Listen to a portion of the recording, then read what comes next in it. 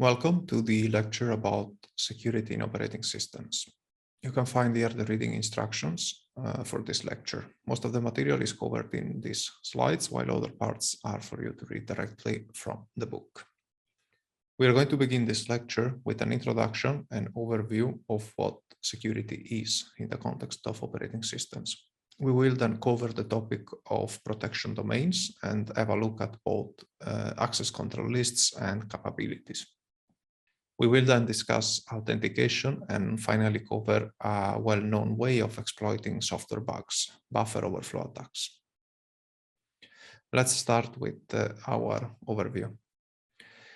We all know that the information we access and store in our computer is being moved across different devices, like the disk, the main memory, the network card, and so on. We also know that the operating system has a key role in deciding how this information is being moved. It is, of course, clear that part of this information is important and/or sensitive, your passwords, your credit card number, and so on. And we can imagine attackers might be interested in accessing such information. Something important to notice here is that such wish to access information is not limited to reading the information. Someone might want to alter it to pretend you said something in a mail you did not, or just prevent you, the real owner of such information, from accessing it, so that you cannot recover all your files if you do not pay a ransom for them. Unfortunately for us, the software we use, including the operating systems one, is full of bugs. Security bugs, called vulnerabilities, are often used by attackers to inject special input, exploit, that allows them, in a way or another, to fulfill their malicious intentions. At this point, it is important to realize that one additional trade-off we have in the context of operating systems is that of feature-rich software versus simple and secure software. We tend to like systems with a lot of tools, gadgets, and features, but the truth is that the more of these we get, the higher the chances that a bug can be used against us. If you take the very simple example about mails, you probably agree with me that the possibility of sending images and files is something we prefer over the possibility of sending only plain text.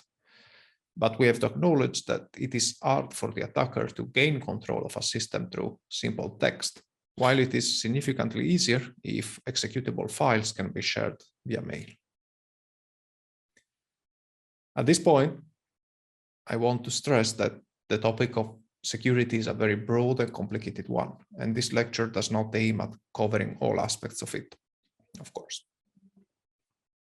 If we focus on the type of attacks and security threats that exist, we can list, among others, worms, freestanding programs that can propagate through various computers without user intervention, viruses, which on the other hand will attach to files and programs and will propagate depending on how users interact with infected files and programs, Trojan horses, malware disguised as legitimate software, denial of service and distributed denial of service attacks, and so on. If we focus on the concept of victim, we must note that being a victim of a security incident does not imply the attacker is after you or your data. The attacker might be using you to achieve his or her goals. In this lecture, we will only focus on some security aspects that concern the operating system. More concretely, we will focus on confidentiality, which is about keeping secret data secret or ensuring data is accessed only by authorized people. Integrity, which is about ensuring data is modified only by authorized persons. And availability, which is about ensuring no one can disturb the system and make it unusable. As you can imagine, these are not the only security aspects one can think about, but we will not cover additional ones.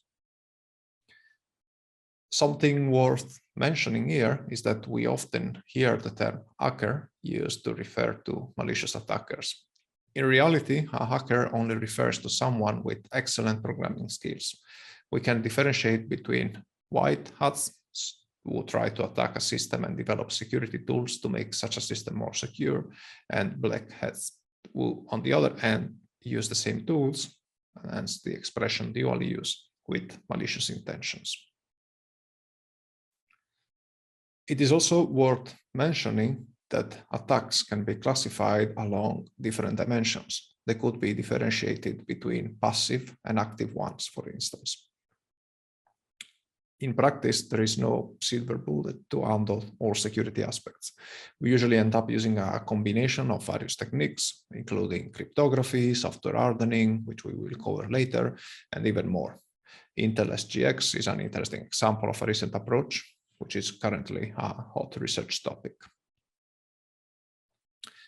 Security practitioners usually talk of trusted rather than secure systems. A trust system is a system that has formally stated security requirements that it meets. For a system to be trusted, we usually need to identify the trust computing base, so the portion of hardware, kernel, and user processes with root level access that can affect security. Such portion should be kept as small as possible to make it easier to maintain it. And once we have our TCP, we need a model that specifies what should be protected, who can do what, and what type of adversary we can deal with, user power basically. And make sure all system calls are checked by a so-called reference monitor before entering operating in the trusted computing base.